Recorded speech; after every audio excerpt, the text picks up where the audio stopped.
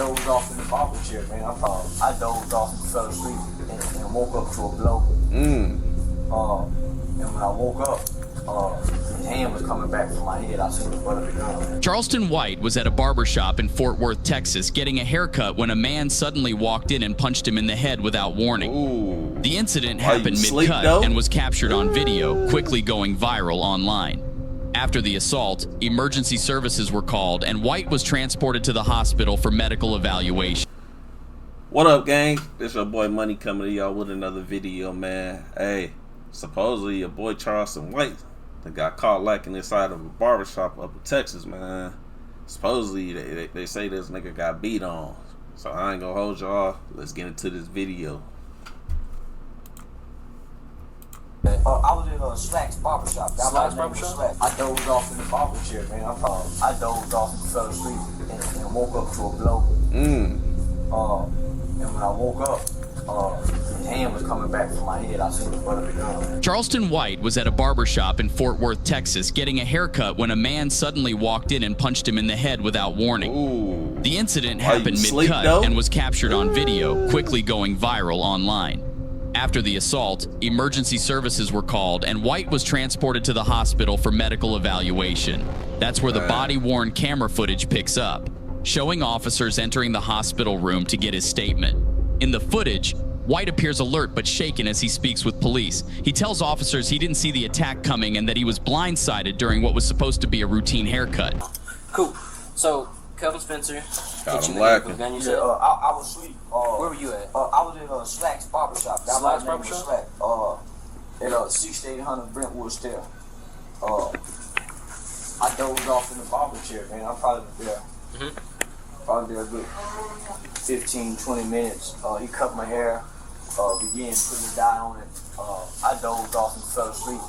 I ain't gonna lie, his barber got him crispy though. His barber got him crispy. It looked like, hey, a lot of crispy, nice little fade on. But you got caught lacking. And woke up to a blow. And when I woke up, his hand was coming back from my head. I seen the butt of the gun. So I jumped up out So the you got chair. pistol with it. Grabbed a mop handle. And he kept flinching at me with the gun. So you just kept. So I ain't gonna pull my gun out. Yeah. But say he's grabbing it like this. Did he have it like that? Yeah, like this. Yeah. Okay. So he never pointed it. So it's like He just he's hit flinching. me? Yeah. Just doing this action. Just trying like flinching at me, really trying to like he go hit me, but I'm in the closet with the gun. There was another guy with him. Little short, younger guy. Yeah, his name? No, I don't know his name. Did he do anything, or was he just... Nah, he pointed. The short guy, I ran to the car to get my... Hey, that's one thing I'm gonna say. That boy, Charleston White, that nigga gonna tell. He gonna tell the whole thing from beginning to the end. Like, straight up. He don't seem like he no street nigga. Like, if that would've happened to me, I ain't calling 12. I ain't calling nobody. I'm gonna catch you in the streets, gang. I'm gonna catch you in the streets. You caught me lacking? Cool. If you caught me lacking, well, I'm gonna get my get back, though. I'm gonna get my get back, gang. But yeah, that boy Charleston White, he gonna tell for sure. Gun. As they was leaving, because I thought they were still in the building. So when I ran out and asked where they are, a guy said that they was in the bathroom. For the barbershop? Yeah, the barbershop. Because it's a big building. It's a building that has a beauty shop, barbershop, a barber college. What's around 6800 Brentwood? The Wells Fargo Bank.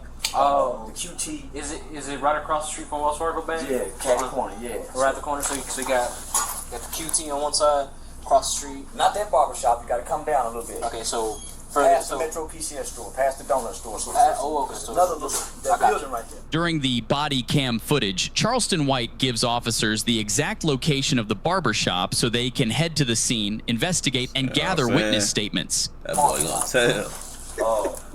That boy gonna tell. Yeah, the guy that was with him opened the door and pointed the gun. The guy that he was with pointed it at you? He pointed the gun at me, so I ducked down inside the car. Because I thought he was going to start shooting. Did you have your gun out at any point? Yeah, I did. At that point you did? Yeah, I did. Did you point at anybody? Nah. Okay. So that's when everybody started calling the police. So I called the police later when you guys didn't show up. Okay. So yeah, that was it. Yeah, because I didn't know your name for a good while there. Somebody call 911. It seems like they had you as Kelton and not Charleston. Oh, okay. But now that I got you here, so what time did this happen? About 4:45, 5 o'clock. 5 o'clock.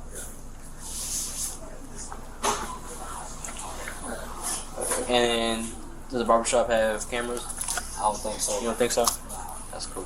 What kind of car does Kelvin drive? He was in like a blackish, smoke grayish, a dually truck. That boy gonna tell all the details, gang. I'm telling you, that boy, that boy is a rat, man. For real, he gonna tell everything, for every detail, G. Like, for real, what you wearing, what you wore that day, what kind of cologne you had on. He gonna tell everything. That boy is a rat. Jeez Louise, God damn. Dude. And I've had run-ins with him before. Was it like a Ram, like a Ram or? Ford. I could make out the model, but it's the word. Oh, that lady looking at him like that. Yeah. And what direction did he leave? He left. Going towards QT or away from QT? Not going away from QT. It'll be east on Brentwood still. Gotcha. Appreciate that. He'll be telling everything.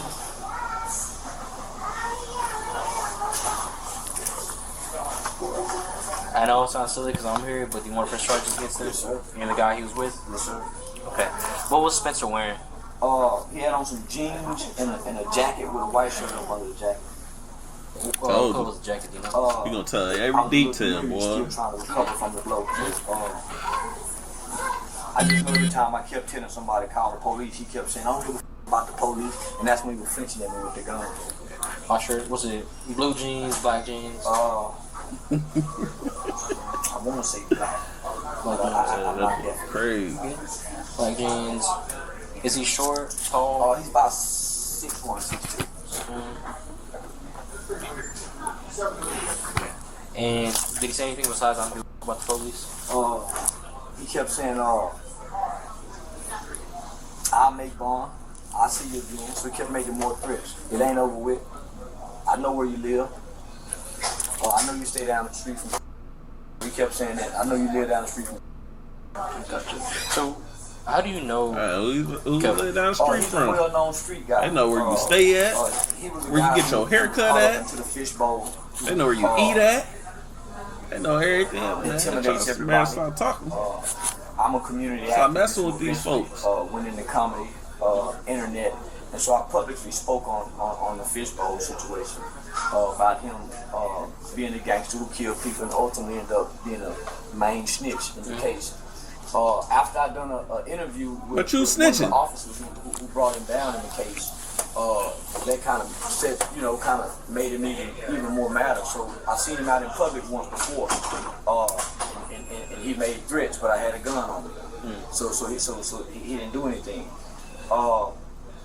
Twisted Black, the rapper, came home, and he was one of the main guys who welcomed Twisted Black home. And so I was the guy who made a comparison in the interview saying how hypocritical the streets are and how they say one person is snitching. And so he was upset about that. So all this is basically behind me publicly saying he's a snitch. I got you. So then, is there any way you could have known you were at the barbershop? Yeah, I was going live at the time. So, you on live?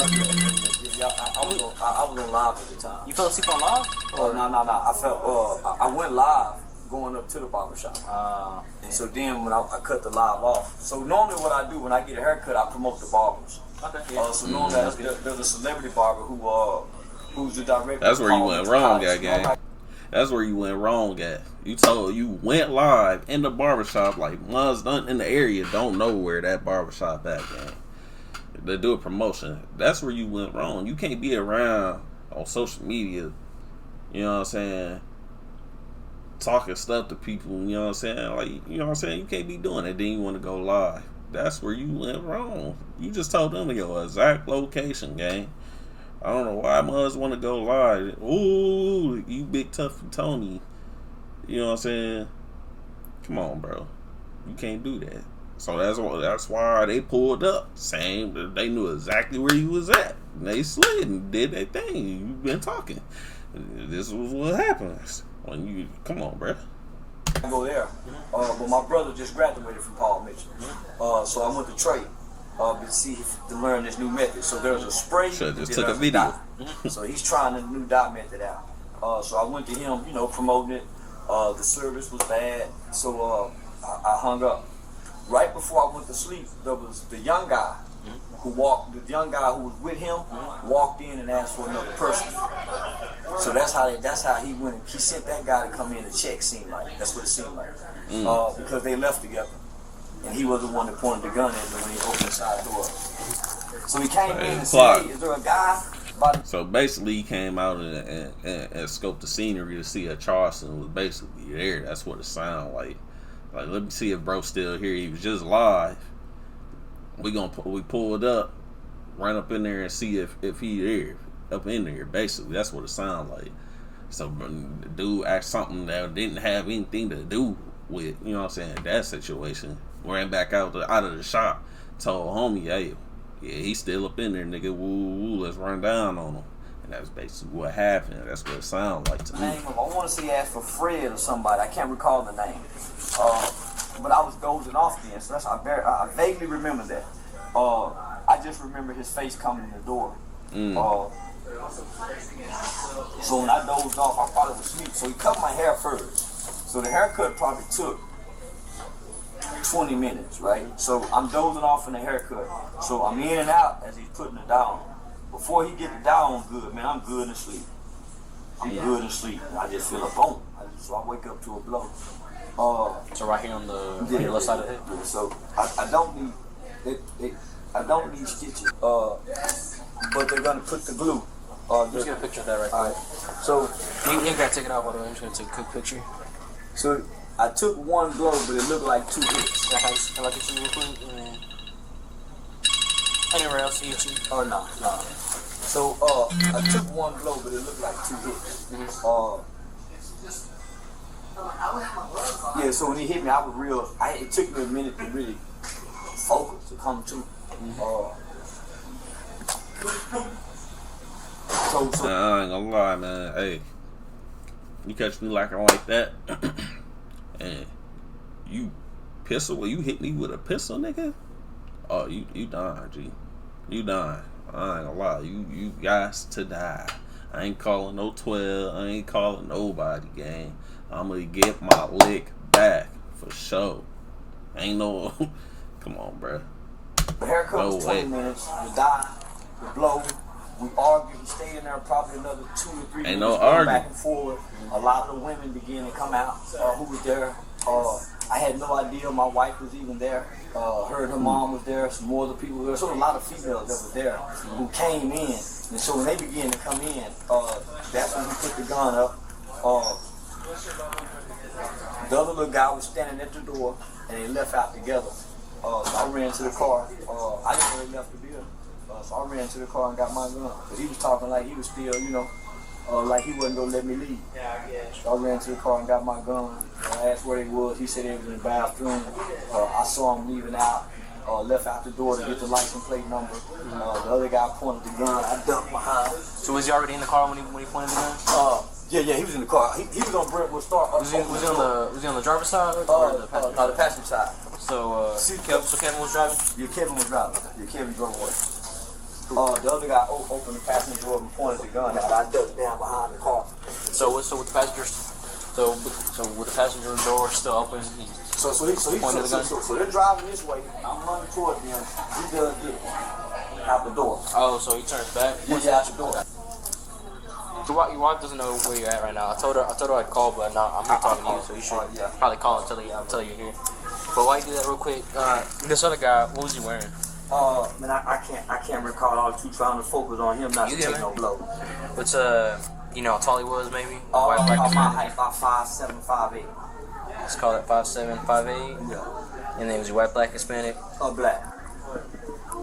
Young, old, how I say he's probably late 20s. Late 20s? Late 20s. And did he say anything? No. He didn't say nothing.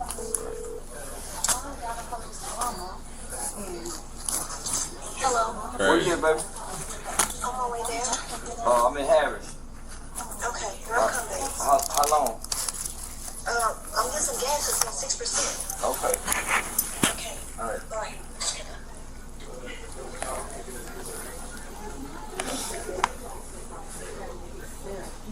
Yeah, we had a lot of people calling. I guess Kelvin is also pretty well known in the area because a lot of people were mentioning him by name when they were calling there. Oh, okay. So I had a lot of calls coming in. Yeah, so you weren't the only one calling, and then I just had an officer, like a detective, call me. He knows about Kevin. He's a well-known gangster, homie. Yeah, and he called me saying, "Hey, people told me he just got into a scuffle out here." I was like, "Yep, I'm about to go do the report." This nigga Andy Shane be telling, boy. They know he snitched, right? Is he still active? Look, he still telling. This don't got nothing to do with you. Well-known Come on, Fort Trey man. gangster, so he's still, he's still Fort Trey gangster. Yeah, Fort Trey gangster crib. Yeah, he's still active. Yeah, shit, yeah, he's still active. I'm just gonna leave Trey that. gangster. Telling Yeah, everything, man, boy. most guys are terrified of him, man, around this city. So, Yeah, I heard he just got out of jail. yeah, he just come home and fell prison. And you wanna mess with a nigga like that just got out the feds? Come Well, on, bro. I think I'm almost done here with you. I'll just get your phone number. I'm gonna get you your phone number. Get your phone number, and I'll be on my way. Okay. I appreciate you too, man. Can you tell me your phone number and read it, please?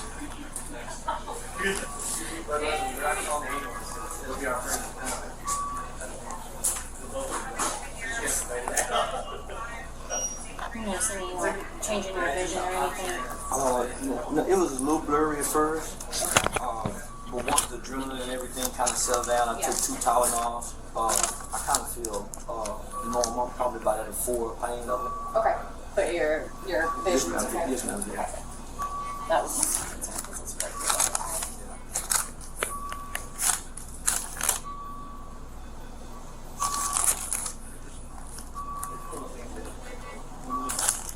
Pop that little Charles Black. anything glued like this before? No, ma'am. Time to meet around the report, I'll just give you a call. Most likely I'm gonna call from a block number because I call from a personal, and I'm not people know my personal number. Thank you. Well, if you don't have any questions for me, I'll get to work on that report for you. Okay? You just know that it's for so you know anybody you say no. Him and his wife. He has adult children.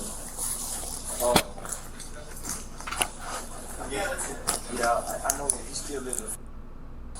If you do find out where he lives or he says that, maybe the license plate for the car, when the detective, just make a note of it. When the detective calls you, it's Thursday, so he might call you on Monday. Okay.